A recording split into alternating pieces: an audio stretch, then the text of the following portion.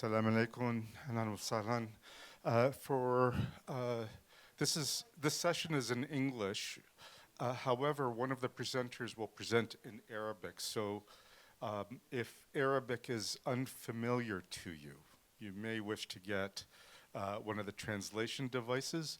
And even if Arabic is familiar to you, you might want to get a translation device. Okay, just wanted to start off with that. Are we ready? So welcome everyone. We have a packed team for you here. This is Team Argumentative Practices, and we have from all over the world. Actually, we have Danielle, formerly from the University of Windsor, recently doctored, who's elsewhere these days, Huda, Alarousi, and we have Abdalkarim talking, as well as Juan. So we have some Spaniards, Arabs, and Yaseen will round out the team for us. The presentations will be 10-12 minutes long.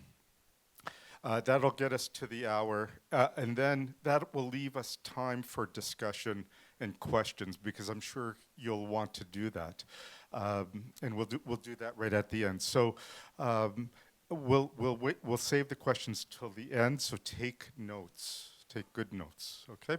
So let's begin. Danielle, the floor is yours.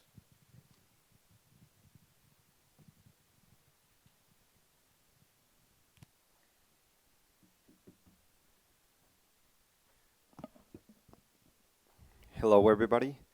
Thank you for being here.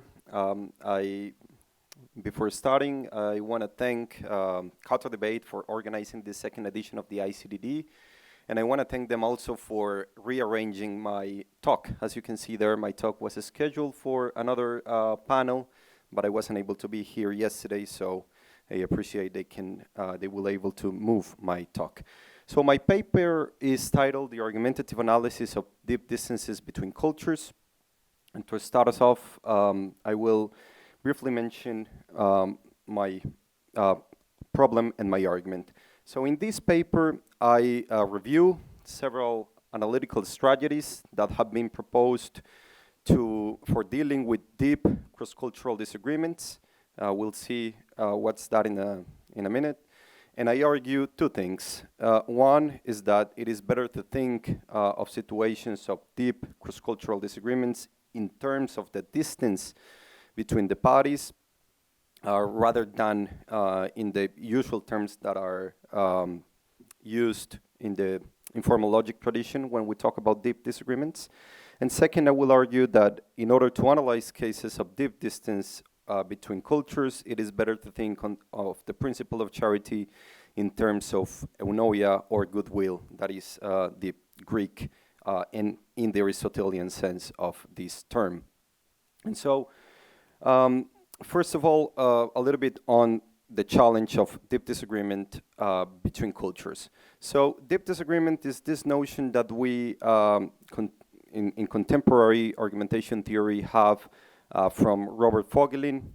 Vogelin defines deep disagreement as clashes between people that has different, sometimes radically different forms of life, and they arise, Vogelin tells us, in abnormal argumentative situations, and in this argumentative context, and in such contexts, he says, there are no conditions for argumentation. And so the explanation that Vogelin tells us is something like, if we don't have enough background agreement, we cannot argue, or the argument that we have cannot produce any outcome or rational outcome. And so the more different our images of the world are, the less background agreement is possible, and hence the deeper is the disagreement that we will have. And based on this, some scholars have argued that at the deepest level of disagreements are those that happen between people from different cultures. And so the challenge here is to explain how cross-cultural argumentation is possible, given that when we argue when we have different images of the world and we have different cultural backgrounds, we will be at this deep level of difference that will impede the rational function of argumentation. So I want to highlight briefly 3 problems with this concept of deep disagreement, and I want to propose another way of looking at these kind of cases. Briefly, one problem with the concept of deep disagreement is the idea of normality that Vogelin introduces. I don't have time to elaborate this criticism, but briefly, Vogelin's idea of normality or a normal argumentative context is a very restrictive ideal model of argumentation because it understands argumentation as the critical, rational, and linear exchange in which the rational can be differentiated from the persuasive, and that does not always happen, and especially it doesn't happen when we have arguments between different cultures. The second criticism is not mine, is done by a friend of mine, which is that the central aspect of deep disagreement is taken to be by the hegemonic view that we find in the literature to be the rational resolution of the disagreement. So whenever we have something that we think is a difficult, persistent, deep disagreement, what we look for in this hegemonic view is to resolve it, is to get to an agreement. And this is difficult to get, especially in situations of cross-cultural argumentation, but also it leaves out, it excludes other dimensions of the argumentative context, and indeed it excludes almost all of the argumentative context because we're looking just for agreement and nothing else.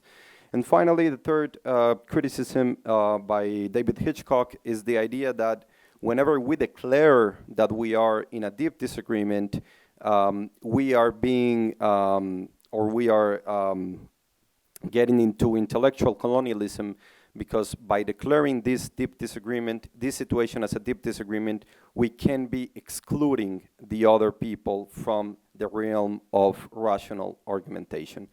And so I want to think on situations of deep disagreement, not with this traditional concept, but with the idea of distance. And to go to this idea of distance, or to understand this idea of distance, I use Michel Mayer's definition of rhetoric.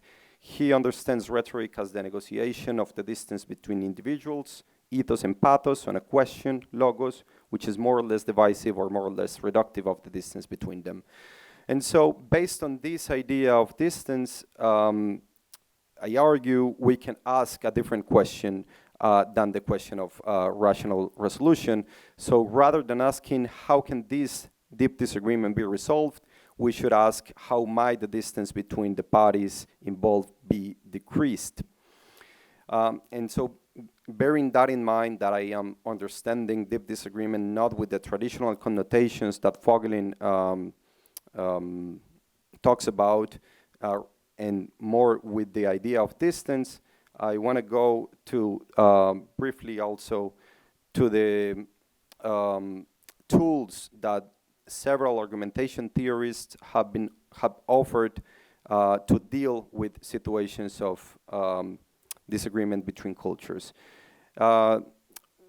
First, there is Manfred Krauss. He tells us that we analysts should use the sophistic technique of anti-logic as a cognitive method to contrast the arguments of parties that are sometimes in a deadlock, meaning that we should contrast what's going on in a disagreement between cultures, not for the parties that are in disagreement, but for a broader audience that is always related to the disagreement. Second, if you were in the keynote yesterday, I wasn't, but I guess something similar to this was argued. Christopher Tyndall tell us that we should analyze the total argumentative situation, and that is that we should go far beyond what we normally understand as arguments in the West and delve into the other's cultural perspective. From New Zealand, Evans and Kingsbury proposed that we should clarify the overlap of cultural frameworks in dispute, that we should look for the network of concepts that coincide in both systems.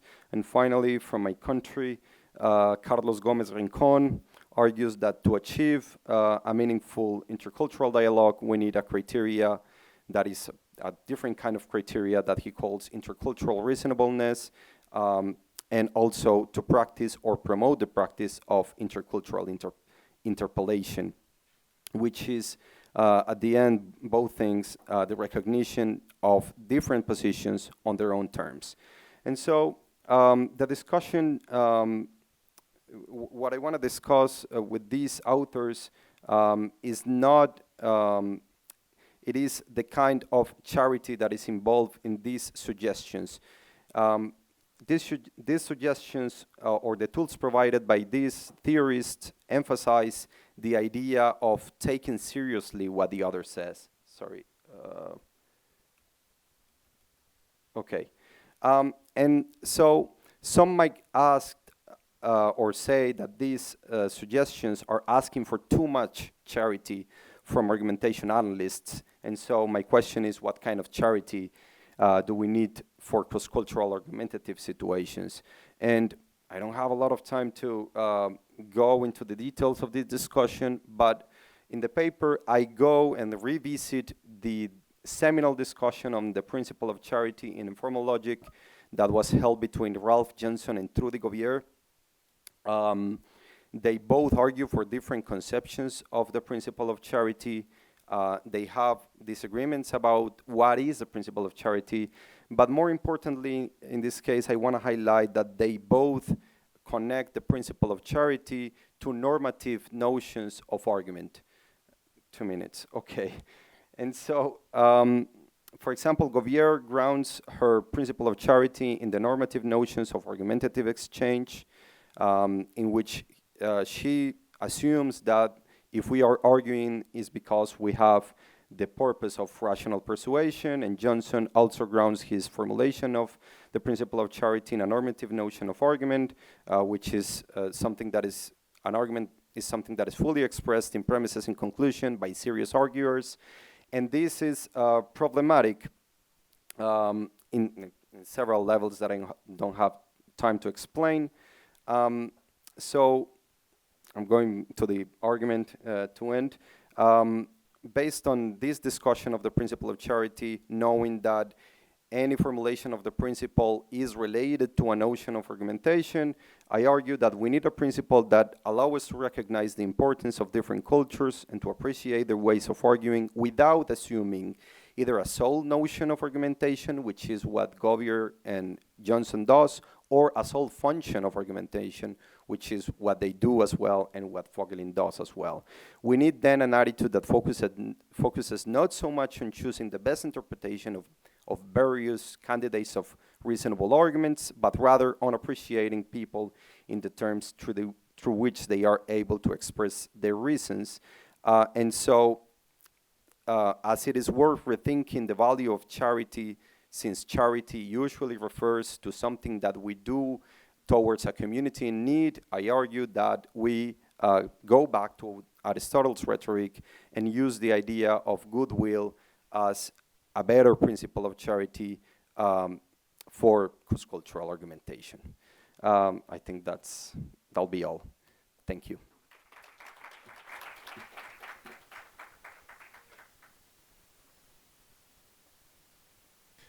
Thank you, Daniel. And Huda,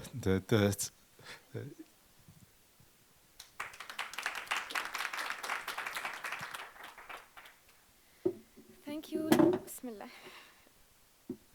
Thank you, Dr. Pierre, for giving me the floor. السلام عليكم. أهلا وسهلا بكم. الورقة البحثية اللي حابة نقدمها اليوم بعنوان قوة المناظرة في المجتمعات المتأثرة بالصراع، تعزيز المشاركة المدنية والمواطنة الفاعلة في ليبيا. هذا البحث قمت به أنا هدى العروسي مع زميلي عبدالرؤوف الجروشي، وحنقدمه أنا بالنيابة على عملنا المشترك. في البداية هذا البحث مهم لكم أنتم كأشخاص مهتمين بمجال المناظرة، فقط لقياس الأثر لهذا المجال بطريقة علمية. وبرضه مهم لمؤسسات المجتمع المدني بشكل عام وللنشطاء المدنيين اللي يشتغلوا على بناء السلام وتقويض النزاع في المجتمعات المتأثرة به. عشان هذا البحث يستكشف الدور التحويلي للمناظرة في تعزيز الكفاءات المدنية والتفكير الأخلاقي والمشاركة المدنية بين الشباب في السياقات المتأثرة بالصراع، لأن لها خصوصية حنتكلم عليها بعد شوية، ولكن برضو خدينا ليبيا ككيس ستادي لأنها تعتبر من واحدة من هذه المجتمعات.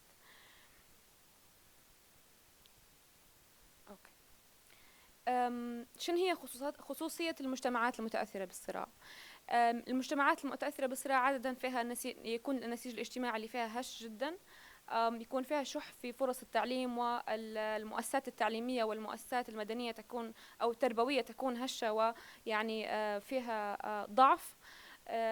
اضمحلال الفضاء المدني والمشاركة الديمقراطية والحرية في التعبير وإلى آخره، وأيضا يعني تكون فيها تجاذبات سياسية واجتماعية. على سبيل المثال حالة ليبيا والمتأثرة بالصراع حاليا ما بعد ثورة 2011، وممكن حالة ليبيا متأزمة أكثر لأن نحن عندنا تاريخ من يعني ليستمر ل4 عقود في القمع وقمع التعددية وكره الآخر، ويعني ترويج أن على أن الاختلاف هو في حقيقته مشكلة. بالتالي يعني ينتج لدينا مجتمع ليس لديه المرونة في التفكير لتقبل الاختلاف، و يعني تنقصه مهارات التحليل اللازمة لمكافحة الأفكار المضللة والكاذبة، مكافحة خطاب الكراهية والشائعات. على سبيل المثال في ليبيا بالتحديد يعني في فترة من الفترات حتى اللغة الإنجليزية كانت تعتبر شكل من أشكال الاستعمار والإمبريالية، وبالتالي تم إيقاف تعليمها في المدارس لسنوات. يعني حتى فكرة تبني يعني توجهات سياسية معينة تعتبر تهمة، فكان يعني بعض النشطاء أو المهتمين يعني يخبئوا الكتب الخاصة بهم تحت التراب، يعني يدفنوها لأن مجرد حملها يعتبر تهمة. فهذه السيكولوجيا أو هذا النوع من التربية للمجتمع يعني يشكل لك مجتمع رافض للآخر وغير متعود أو منفتح على الاختلاف. هذا المجتمع يعني عندما يتعرض لزعزعة في النظام الأمني أو عندما يتعرض أو يتأثر بصراع، هذا الصراع يحدث يعني برضو يعزز الأعراض أو الخصوص أو يعني المقومات للمجتمعات الهشة. زي ما كنا نتكلم حيكون في مشاكل في المؤسسات التعليمية، مشاكل في التعليم، مشاكل في الفضاء المدني وحرية التعبير. إذا نجد نفسنا في حلقة مغلقة من مجتمع لديه سمات صعبة وحادة ينتج لنا نزاع، هذا النزاع يغذي هذه السمات، ومن ثم نجد نفسنا في حلقة مفرغة من الاستمرار في هذا الأمر. يعني theoretically وجد أن المناظرة، وخاصة يعني الدراسات السابقة تثبت أن المناظرة خاصة داخل الفصول التعليمية هي جدا فعالة في تعزيز التفكير الناقد وتعزيز الصراع المعرفي. الصراع المعرفي هو النوع من الصراع الذي يحدث للإنسان عندما يتعرض لمعارف جديدة أو معارف مناقضة لما يحمله من معتقدات شخصية. أيضا تعزز القيم الديمقراطية وتعتبر أداة تعليمية فعالة. هذه الليتراتشر ريفيو أو يعني نظريا شن يقولوا على المناظرة كأداة تعليمية. لمعرفة ما هي يعني إلى أي مدى المناظرة في ليبيا مزدهرة وعلى أي أساس بنينا هذا البحث، أردت يعني أن أشرح لكم يعني إلى أين وصلت المناظرة في ليبيا. في ليبيا تعمل العديد من المؤسسات على المناظرة منذ أكثر من 10 سنوات. تقود هذا المجهود مؤسسة الحوار والمناظرة، دربت في ال10 سنوات الماضية أكثر من 5000 مناظر، ويعني في أكثر من 40 مدينة ليبية، وأيضا ساهمت بشكل مباشر في تأسيس حوالي 20 مؤسسة ونادي مناظرة. هذا المجتمع الكبير سمح لنا بأخذ عينات متنوعة لدراسة تأثير المناظرة بعيد المدى وقصير المدى على هؤلاء الشباب. بالتالي في هذا البحث كانت منهجيتنا هي منهجية كمية من خلال دراسة ميدانية شارك فيها 63 شاب من ليبيا في يعني فئة عمرية يعني عريضة جدا من 19 سنة إلى 36 سنة. آسف 36 سنة نعم. بعضهم يعني جديد في مجال المناظرة، تدرب فقط لأشهر، وبعضهم يعمل فيها بشكل رسمي منذ 10 سنوات. هذه العينات تنقسم إلى جزئين، جزء فيه المستفيدين من المناظرات أو المتعلمين المستفيدين من نشاطات المناظرة، وهم المناظرون بشكل رئيسي، وهم يحملون يعني الرينج الأكبر أو العدد الأكبر من العينات المشاركة في هذا البحث. والبعض الآخر هم مدربين مناظرات وقادة في مؤسسات مجتمع مدني ومدراء مشاريع متعلقة بالمناظرة، ويعتبروا أكثر كأوبزرفرز أو مراقبين، من شأنهم يعني أن يفيدون بخبرتهم وملاحظاتهم خلال السنوات التي عملوا فيها في مجال المناظرة. شارك فيه شباب هؤلاء 63 ينتمون إلى أكثر من 12 مدينة ليبية، وأيضا تخصصات علمية مختلفة ودرجات علمية مختلفة بين الماجستير والبكالوريوس في يعني العلوم السياسية والإنسانية وأيضا العلوم التطبيقية. كان عبر كويستشنير عبر الإنترنت أو مقابلة افتراضية، يعني تستخدم أسئلة نوعية، أي أسئلة مفتوحة حصلنا فيها على عدد كبير جدا من القصص والتجارب الشخصية والسيلف ريفلكشنز من المشاركين. ولو تلاحظوا برضو يعني اللي حيتسنى له فرصة قراءة هذا البحث أن استعنا فيه بكثير من الاقتباسات الشخصية اللي هي مقتبسة حرفيا عن تجارب هؤلاء الأشخاص. هذه الدراسة يعني with no surprise أو بدون مفاجأة أخرجت لنا هذه النتائج التي أعتقد أنها بالنسبة لكم ليست مفاجئة، ولكنها مفيدة لأنها يعني مثبتة بدراسة علمية. الأهم من هذا سنصل إليه في النتائج، ولكن هذه الجزئية تتحدث عن كيف تؤثر المناظرة، مش بس يعني كيف تؤثر المناظرة على الشباب بشكل خاص في هذه المجتمعات الفراجيل والمتفككة والهشة، والتي لا يوجد فيها فرص أخرى غنية للمشاركة المدنية يعني التدرب على المهارات الحياتية مثل التفكير الناقد والثقة بالنفس والحديث أمام الجمهور وغيره.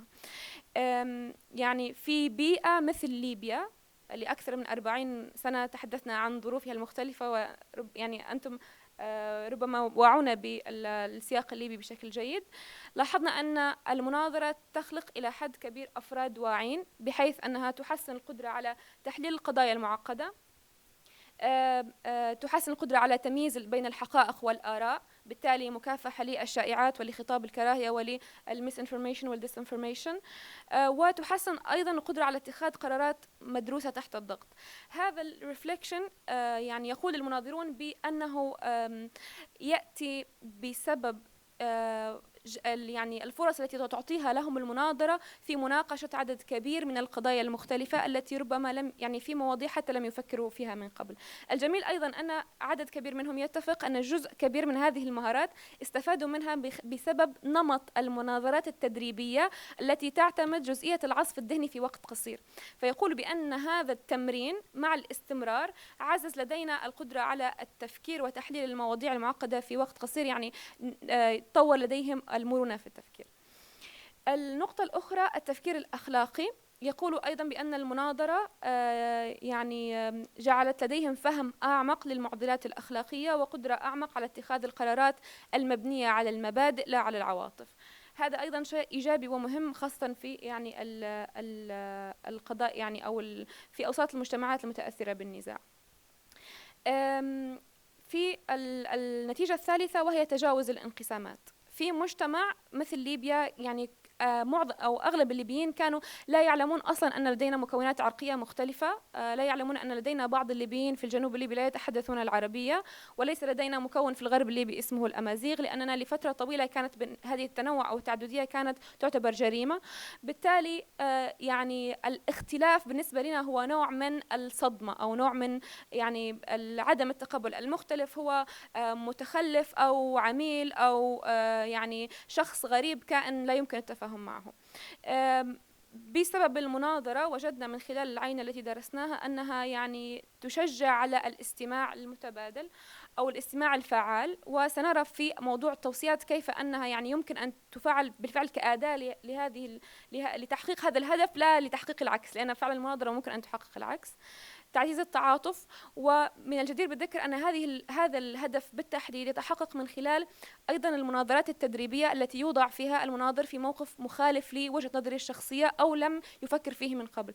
يعني يقول المناظرون أن اللحظة التي ناظروا فيها في مناظرة كانوا فيها ضد موقفهم الشخصي، بالنسبة لهم هي turning point أو لحظة تحول في عقليتهم وفي طريقة تفكيرهم، لأن ولأول مرة أجبروا أن يضعوا نفسهم موضع الشخص المختلف معهم في التفكير، وبالتالي يعني أصبحوا يؤمنون مع التكرار أن هناك نمط يقول بأن كل مختلف معك هو يعني مرآة لك، ولكن لديه فقط منطلقات مختلفة أو تجربة مختلفة في الحياة.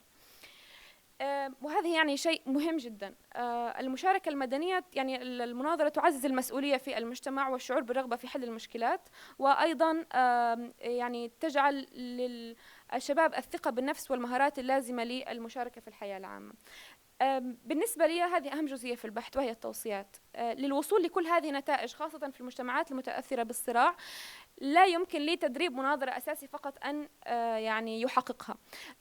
هذا التجربة يعني العملية خلال 10 سنوات من العمل في ليبيا في هذا المجال، وهذه الدراسة أيضا تقول بأنه إذا كانت المؤسسات أو النشطاء أو الدول تريد أن تكسر هذه الدائرة من المجتمع المنغلق الذي يؤدي إلى النزاع، والنزاع الذي يغذي هذا المجتمع المنغلق، تريد وصول إلى مجتمع أكثر انفتاحا وأكثر تقبلا للاختلاف، وإذا كانت تريد استخدام المناظرة كأداة، يجب أن تجعل أثرها مستمر ومستدام. يعني أثبتت أن النتيجة مع يعني على المناظرين الذين استمروا في الانخراط في نشاط المناظرة بشكل أو بآخر هم المناظرين أو هم الأفراد الذين أثرت عليهم المناظرة بهذه يعني ظهرت عليهم هذه النتائج في المناظرات. إذا التوصية الأولى هو استخدام يعني العمل المؤسسي والعمل المستدام في نشاطات المناظرة في هذه المجتمعات. النقطة الأخرى هي دمج المناظرة في المبادرات المجتمعية، يعني إخراج المناظرة من بيئات التدريب فقط إلى استخدامها كأداة لمناصرة القضايا العامة، لمناقشة القضايا العامة داخل الجامعات، داخل المدارس، حتى في يعني في المنافسة بين المرشحين للانتخابات وغيرها. عندما تحول المناظرة لأداة جدية فاعلة ليست فقط كأداة ترفيهية كما يراها البعض، يعني تصبح أكثر فاعلية للوصول إلى هذه النتائج. وأخيرا آخر نقطة هي أخلاقيات المناظرة. المناظرة هي فقط أداة، يعني وجدنا من خلال التجربة وتثبت هذه الدراسة أنه إذا كان المدربين ومؤسسات المناظرة يزرعون أخلاقيات المناظرة في المدربين ويركزون أكثر على أنها الهدف الأسمى منها هو أداة للتفاهم والاستماع للآخر يعني النقاش في الموضوع بطريقة حضارية، تخرج معنا كل هذه المخرجات. إذا كان الهدف والتركيز على المنافسة والفوز، مع الأسف تكون المناظرة أداة لسحق الآخر ولإسكاته وللتفوق عليه في النقاش، وبالتالي تخرج لنا يعني أشخاص متعصبين ولكنهم ممكنين لديهم أدوات. فهذه نقطة مهمة جدا بالنسبة لنا في هذا البحث، لأنها تغير طريقة تصميمنا لمنهجيات المناظرة التي نستخدمها في التدريبات في مشاريعنا التي نعمل عليها مثلا في ليبيا وفي البيئات المشابهة لها. يعني هذا باختصار ملخص هذا البحث. شكرا جزيلا للاستماع.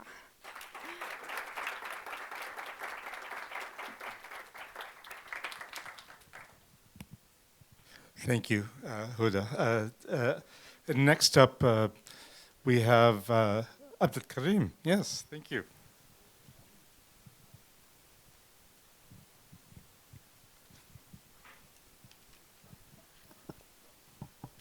Assalamu alaikum.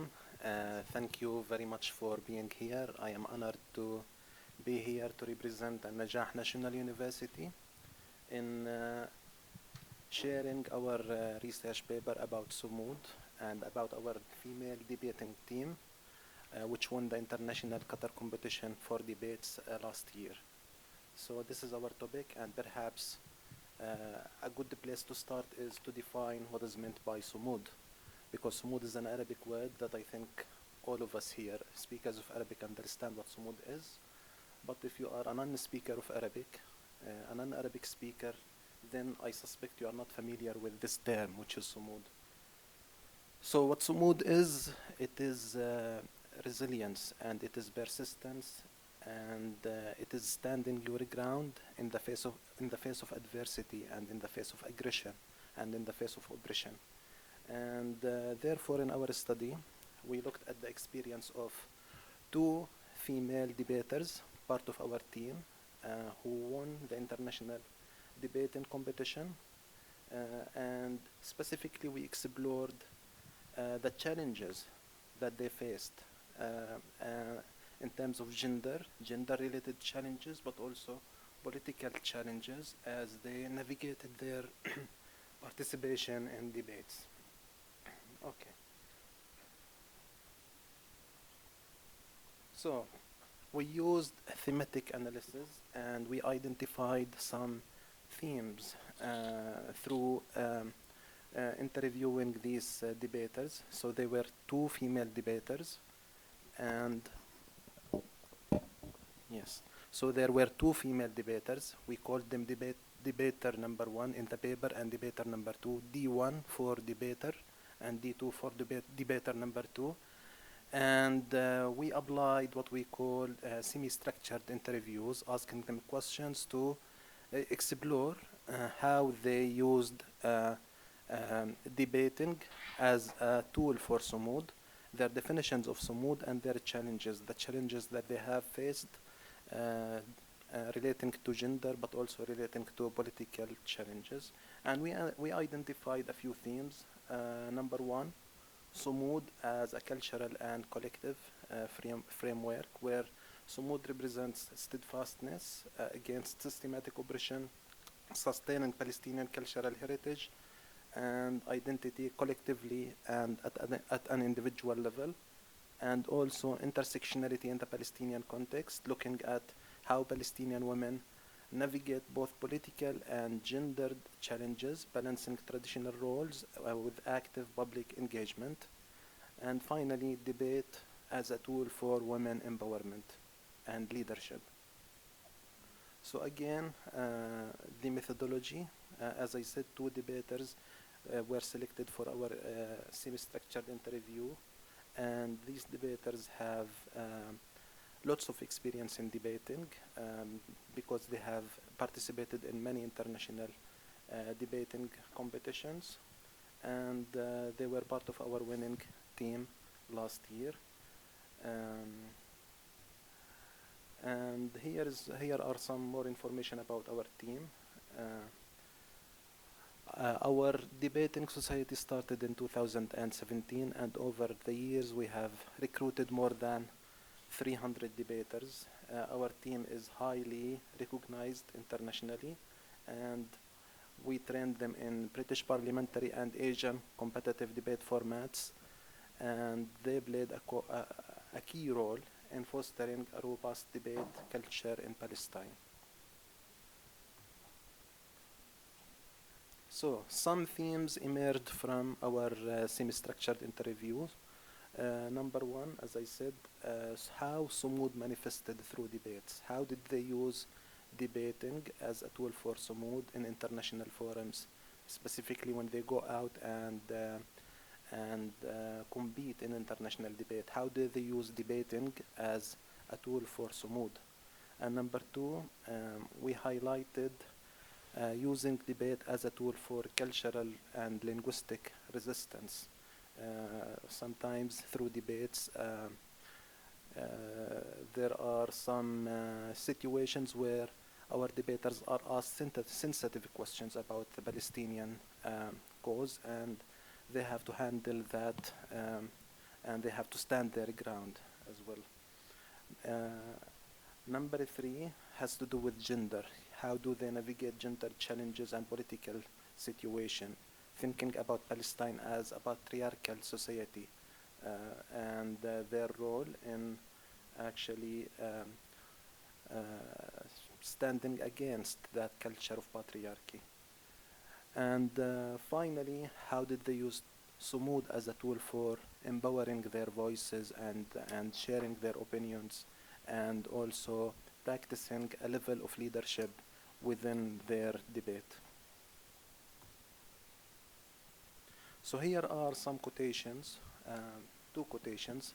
The first one is from our second debater, where she says, during the recent debate championship in Qatar, we were supposed to be a team of 4, like any other team, like any other country. But unfortunately, only 3 of our team members could participate because 1 member and our coach were denied visas. Despite this, we persevered and represented Palestine with dignity, winning the championship. This persistence reflects Sumud. So there are 2 things that are happening here. They are using debate as a tool for Sumud and as a tool to be resilient, especially as you could see here, 2 members were prevented or were deprived from the chance of representing Palestine in such an important international forum.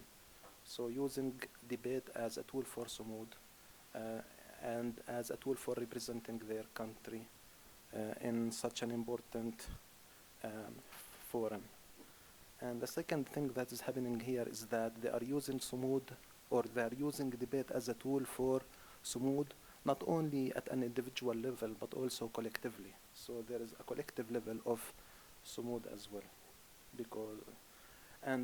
Now the second debater, there were a lot of times where being my own self in debates, having to stand my own ground based on my opinions about Palestine, occupation, or even the bigger, more general picture of colonialism. It was very difficult when you are in a place that is surrounded by Europeans, Americans, Canadians, people who have benefited from that system. So they haven't faced the consequences that we have faced. So in those situations, we have faced a lot of pushback. And I am happy with the way that I handled them throughout my debate journey.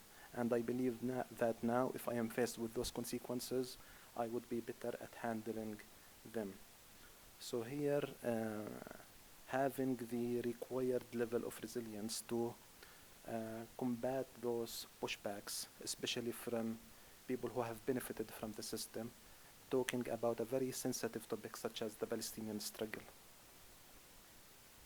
Some recommendations for future research. Number 1, future research could further explore the long-term effects of debate on participants' personal and professional trajectories, particularly in marginalized communities. Number 2, we should have more comparative studies that look at similar situations, places where there is lots of geopolitical tensions, such as maybe Ukraine, maybe Iraq, other countries as well. And additionally, research focusing on male allies within debate teams and their role in challenging patriarchal norms could enrich the understanding of gender dynamics in such spaces. And finally, expanding the scope of inquiry to examine the integration of Sumud into other educational and pedagogical practices within the classroom. With that, I end my presentation. Thank you very much.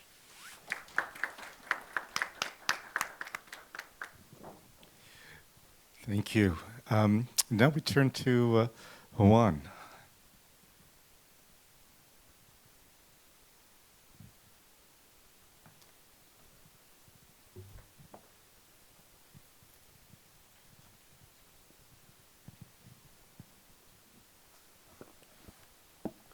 Good afternoon.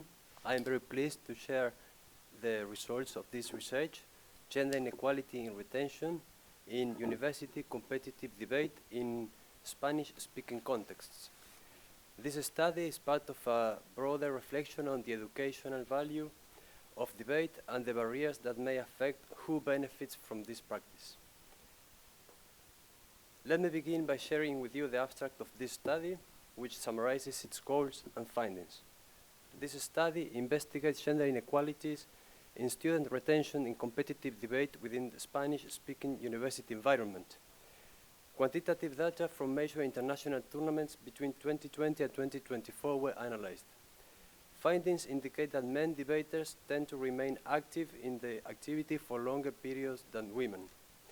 Increased experience was found to be associated with improved competitive performance for both men and women. When individuals were grouped by experience levels, analysis revealed no consistent gender-based differences in performance. These retention disparities are relevant as they may imply an uneven acquisition of skills for academic, professional, and civic development. As a starting point, it is important to acknowledge that gender inequality remains a persistent issue across academic settings. Despite efforts to address it, women continue to be underrepresented in advanced academic roles, receive fewer distinctions, and face greater exposure to harassment and exclusion. Competitive debate at the university level seems to reflect some of these broader inequalities. In particular, previous studies have suggested that women are more likely to leave debate earlier and are less present in influential roles such as judges or coaches. This study explores whether a gender gap in retention can be observed within the Spanish-speaking university debate community. This study focuses on competitions that adopt the British parliamentary debate style, which serves as the standard model in major international tournaments held in the Spanish-speaking contexts. This format is usually promoted as a means to develop valuable skills such as public speaking, argumentation, and critical thinking. Given these educational objectives, it becomes important to explore whether the opportunity to develop such skills is equally accessible to all participants. In particular, do gender disparities affect who has access to and who benefits from the practice of debate? While several studies in English-speaking contexts have documented gender disparities in debate, the evidence for Spanish-speaking communities is scarce. In addition, most available research has focused either on participation levels or performance outcomes, but has not examined retention and performance together in this context. This study aims to fill that gap by examining both dimensions at once.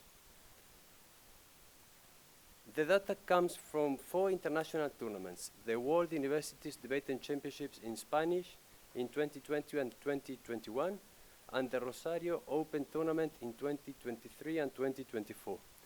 Together, they account for around 900 participants. Experience level was inferred through novice status, while gender was inferred based on participants' names using a binary classification. It is worth noting that only tournaments with explicit novice categories were included. For this reason, only 2 editions of the World Championship in Spanish were considered. An additional competition, the Rosario Open Tournament, was incorporated in order to provide more recent data from the Spanish-speaking debating community. This approach allowed for the analysis of how experience and gender intersect in shaping retention and performance outcomes. Moving to results, let us begin with the retention. In this figure, we see the percentage of women among novice debaters compared to the percentage among non-novice across these 4 tournaments. In each case, women represent a higher proportion among novice debaters than among experienced ones. For instance, in 2020, 47% of novices were women, but only 38% of experienced debaters were. This pattern is consistent across years, suggesting that women are more likely than men to leave debate after the first stages. Beyond this, it is possible to analyze the relationship between experience and performance. This second figure displays the average individual score of novice debaters and non-novice debaters across the same tournaments. In each year, more experienced participants scored higher on average than novices. This suggests that the longer a participant remains in debate, the more likely they are to improve their competitive performance. In this case, the data was analyzed as a whole, without grouping students by gender. However, when we analyze performance trends separated by gender, the results remain constant. These 2 figures now show the average scores of novice and experienced debaters, first for women and then for men. In both groups, experienced participants outperform novices. This reinforces the idea that experience benefits all participants in terms of competitive performance regardless of gender. Thus, if women remain active in debate for shorter periods than men, women may not have the same opportunity to reach higher levels of performance. The next step is to ask, are there performance differences between women and men within the same experience group? Here we see two figures, one for novice debaters and another one for non-novice debaters. As shown, in this case, the difference fluctuates. In some years, novice women outperform novice men, while in others, the opposite happened. The same pattern is observed among non-novices. In some cases, men outperform women, while in others, women outperform men. Thus, the data in this case does not reveal a persistent or consistent gender gap in performance when experience is held constant. The gender gap in retention we observed aligns with findings from English-speaking debate context, where women have also been shown to leave the activity earlier than men. This pattern is likely shaped by a range of social and systematic obstacles that affect women more than men. For instance, prior research has highlighted that the role of gender stereotypes, which may discourage assertiveness in women or penalize their communication styles during debates. Moreover, women's greater share of caregiving responsibilities at home may limit the time and financial resources they can dedicate to competitive debate. Reports of harassment, both verbal and non-verbal, are also significantly more frequent among women than men in debating spaces. Taken together, these factors contribute to environments that may feel exclusionary or unsafe, ultimately increasing the likelihood of early dropout among women. This phenomenon also helps to interpret observed differences in performance. Since experience is strongly associated with improved scores, lower retention among women can partly explain why, on average, men tend to achieve higher scores in many tournaments. In other words, the performance gap may reflect unequal opportunities to gain experience. Finally, this imbalance in continuity has implications beyond participation as debaters. Experience or competitive success are often considered a condition for becoming a judge or joining organizing teams within the Spanish-speaking debating community. Thus, if women are more likely to leave the activity earlier, they may also be underrepresented in these leadership roles. To conclude, debate is often celebrated as a practice that promotes essential academic, professional, and civic skills. However, if women are leaving the activity earlier, they may not benefit equally from its educational potential. This research highlights the importance of retention as an important factor in shaping educational outcomes. It would be valuable for future studies to analyze the learning curve in debate in more detail and to explore which specific skills are less developed when participation is interrupted earlier. In any case, it seems important to encourage inclusive policies that promote both access and retention for all, while addressing the discriminatory practices that still affect many participants. Thank you very much.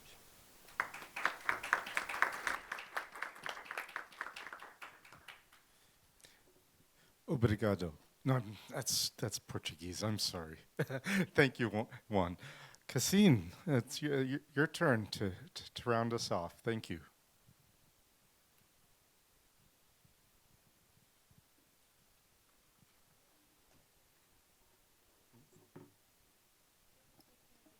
She's got it over there. Good afternoon, everyone. Assalamu alaikum. And thank you for joining me today. I'm Yaseen Muhammad from Huda Islamic University and an undergraduate student from Kerala. So I have don't have a PPT because I lost it in last minute. Sorry for that. And my topic is the role of model parliamentary debates in shaping future citizens, a study on youth engagement and civic responsibility in India. So I'll be presenting findings from my paper which explores how model parliamentary debates, especially in India's youth parliament programs, YPP, serve not just as democratic simulations but as competitive platforms that cultivate civic responsibility, leadership, and critical engagements. So, framing the problem in my paper, youth disengagement from politics is a global concern.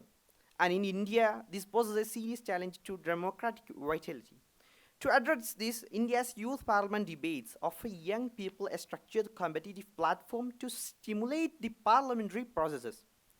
This paper analyzes a distinctive form of competitive debate where participants not only debate but also emulate ministers, draft mock bills, and follow formal legislative procedures.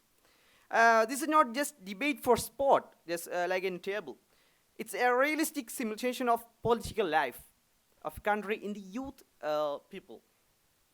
So the main focus and unique contribution of the paper is the main focus, I think, it's the democratic and educational effectiveness of the Indian youth parliament debate format as a competitive and immersive platform for youth engagement. There are previous studies by Pankaj and Shekhar, and I think also some named Solam, have explored youth political participation in India. But my work specifically examines how structured debate environments contribute to democratic learning and civic competence. Unlike traditional formats like BPs or QDs, which focus on rhetorical style and case logic, the Indian Youth Parliament also, its format simulates authentic legislative complexity with over 80 students representing ministers, parties, and regions. Thus, this transformation from debater to legislature encourages students to internalize civic roles and experience political representation furthest. Thus, this paper argues that model parliament debates are not only educational tools, but institutional training grounds for democratic citizenship. And so I've evaluated the effectiveness of the Indian Youth Parliament debate, IYPD, in cultivating civic knowledge and participatory skills. And I've examined its competitive debate value and its contribution to youth identity and empowerment. And have used a case study from Ernakulam, Kerala, it's a state from India, to understand how such programs work in practice. So while talking about a theoretical framework, drawing on established research, I approach youth parliament as a democratic innovation that physically and symbolically open up parliamentary spaces. Like the Matthew and Calvert's and their colleagues have discussed about that's a great work, the democratic credentials of youth parliament, and it made a great helpful for my work. And educational platforms that equip participants with political knowledge and practical skills in competitive debate. It is a major topic, and I think this is a framework that shaped by Shepard and his colleagues. And the civic engagement mechanisms that position youth as potential partners in the policy making. This is the main argument that I'm forwarding here. Through debates, we should think about it. So, to assess the democratic value of the IYPD, I apply the Matthews and Calvert's and their colleagues' work.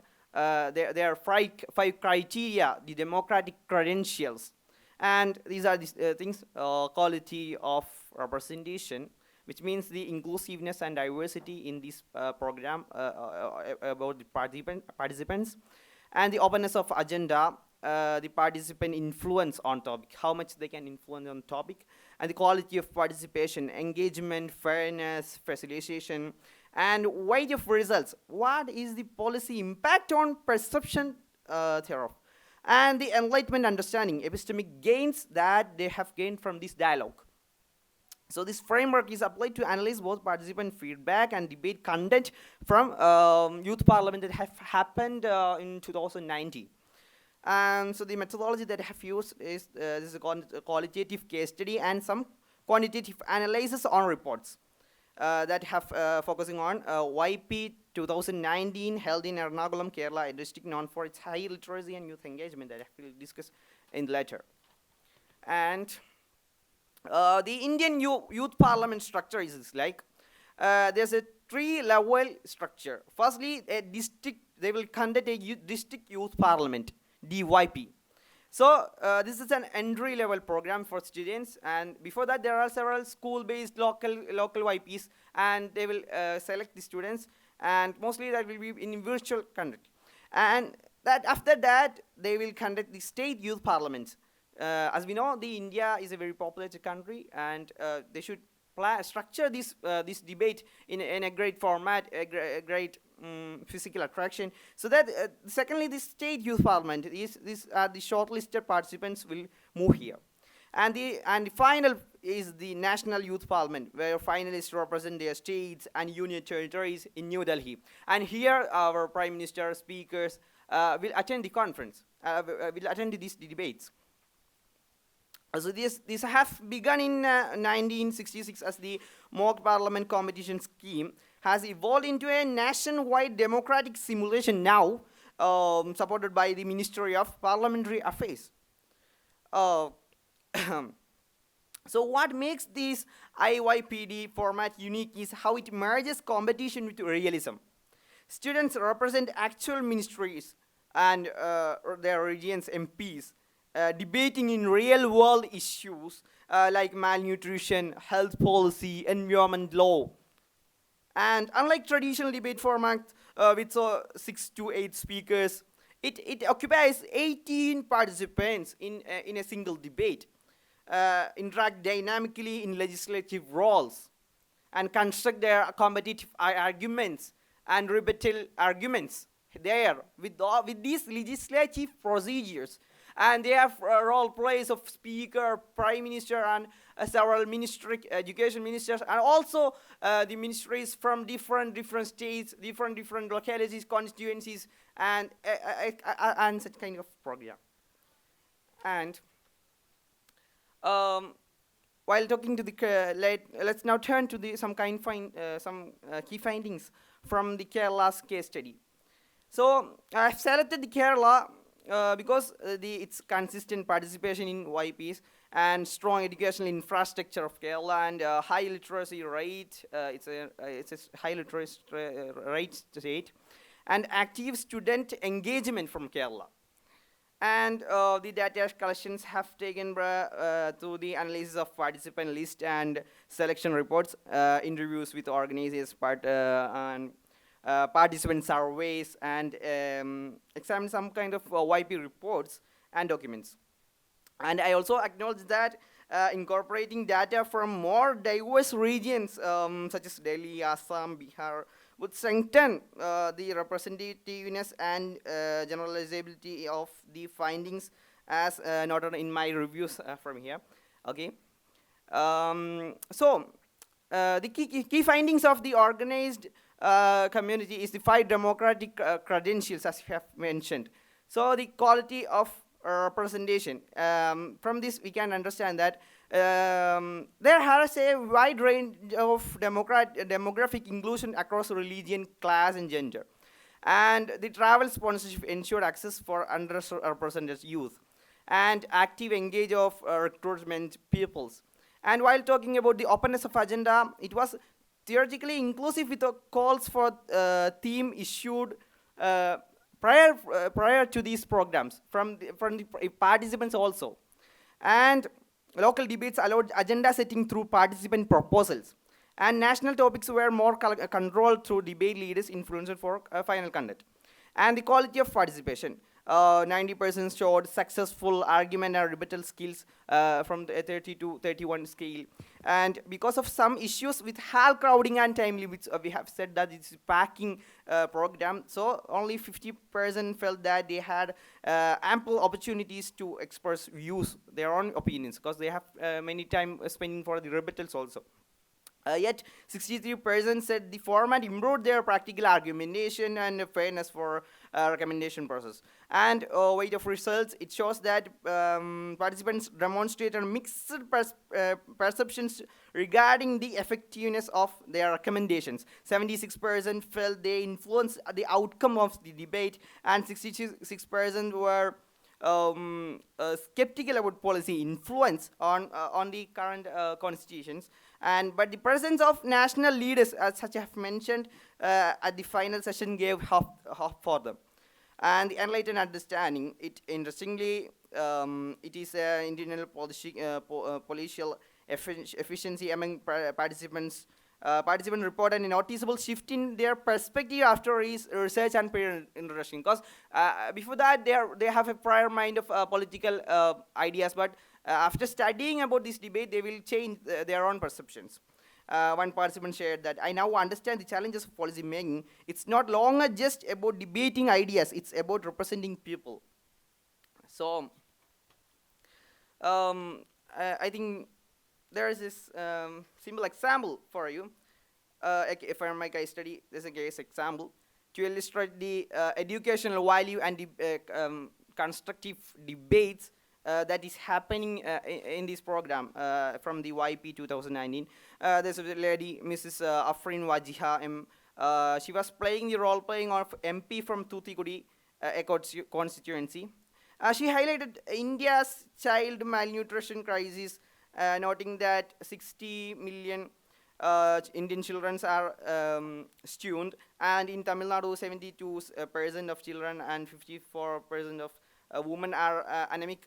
So she questioned the government, its actions regarding the Ayush Ministry, it's a scheme. And at the sudden time, they had a rebuttal from Mr. Muzammil Jamal, representing the Ministry of Environment, Forest and Climate Change, defended the Ayush Ministry by citing this National Medical Council Act of 2019, which established a 6-month bridge course enabling practitioners to function as public health. So what we should look is that they have already studied about this legislation for this debate, and they are applying that things and in the argument construction and the rebuttals, and also they are after that the speaker will set the agenda and they will share the new opinions, and here a critical thinking is also happening. So this is a great process of debating to encourage young generations the civic engagement. So debate is happening, it's helping for the civic engagement, and that's my conclusion for this paper, and thank you. Thank you, Yaseen. Colleagues, let's thank just a round of applause for all of them as a group. Thank you so much. Yeah. So this is the opportunity for you to participate in questions. So I would ask, if it's a specific question to a specific panelist, make that known. Or if it's a group question, make that known as well. And I think we have another mic somewhere to use. I'll be giving. Okay, so first question over here. Thank you. Yeah. Hello, it's not a question, it's a comment, and I would like to link between Huda and third speaker. I just want to say that the female participants, when it comes to debate, as you said, even in Libya, it wasn't very much. We had less female participating at first, because in 2018, we had only one female participating in championship, and I was the coach. Then, because debate is contagious, I would like to say this, as Huda said, we use it in Libya as a tool, so it influenced so many people, it made so many young female participate, and it actually had an effective role in the society. So in Libya, we use it as a tool to develop and to actually give solution to the society in many aspects. That's it. Thank you so much. Thank you. Well, it wasn't a question, but it's a comment, and I don't know if either of you wish to. Thank you so much for this comment, and I just want to add that I think the way the debate empowers youth and women helped a lot in also increase the number of women participation in championships. And that's very notable because in my research as well, around 45% of participants were female out of 63 participants. So recently in Libya, we noticed that when we started in 2014, the majority of participants were male, but later during the years, more and more female were participating nationally and internationally, which is very positive. Yes, thank you for the comment. The way we conduct training in our university is that we have like 50% male, 50% female, and we give them training every week, at least twice a week. But we chose to focus on the experience of female students in this study. So it's not to say that there are more female students that go for debate than male students. In our university, it's 50-50. But yes, I agree that female students, they thrive in debate and they use it as a tool to achieve their freedom because generally speaking, a debating format is usually judgment-free and they feel that they can voice their opinions without being judged. So thank you for the comment. Thank you. I guess we have a question over here. Yeah. For Ms. Huda again, I really enjoyed the talk. I have a question about methodology. So 2 questions. What was the topic of the debate? And second, how did you measure the positive impacts? Was it like focus group, workshops, or just debate after debate with feedbacks on how to improve for the next debate? What happened exactly that lead to that positive outcome? Thank you. Thank you so much for your question because it's going to give me more time to explain about the methodology. Yeah, I really appreciate that. In terms of methodology, first, I think all of us who are interested in the debate field, we notice the change that happens on the participants, but we don't. Many of which are related to debating about non-relevant issues on a community that we should be careful about. Thank you. Thank you.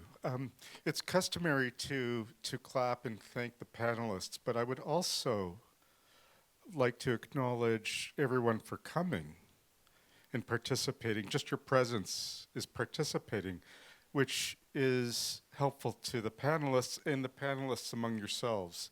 So when we clap, let's clap for all of us, but knowing that the panelists were the ones who were sweating the most, okay? So thank you. Good job. I guess we have a little break and then closing ceremonies. So please socialize or ask more questions.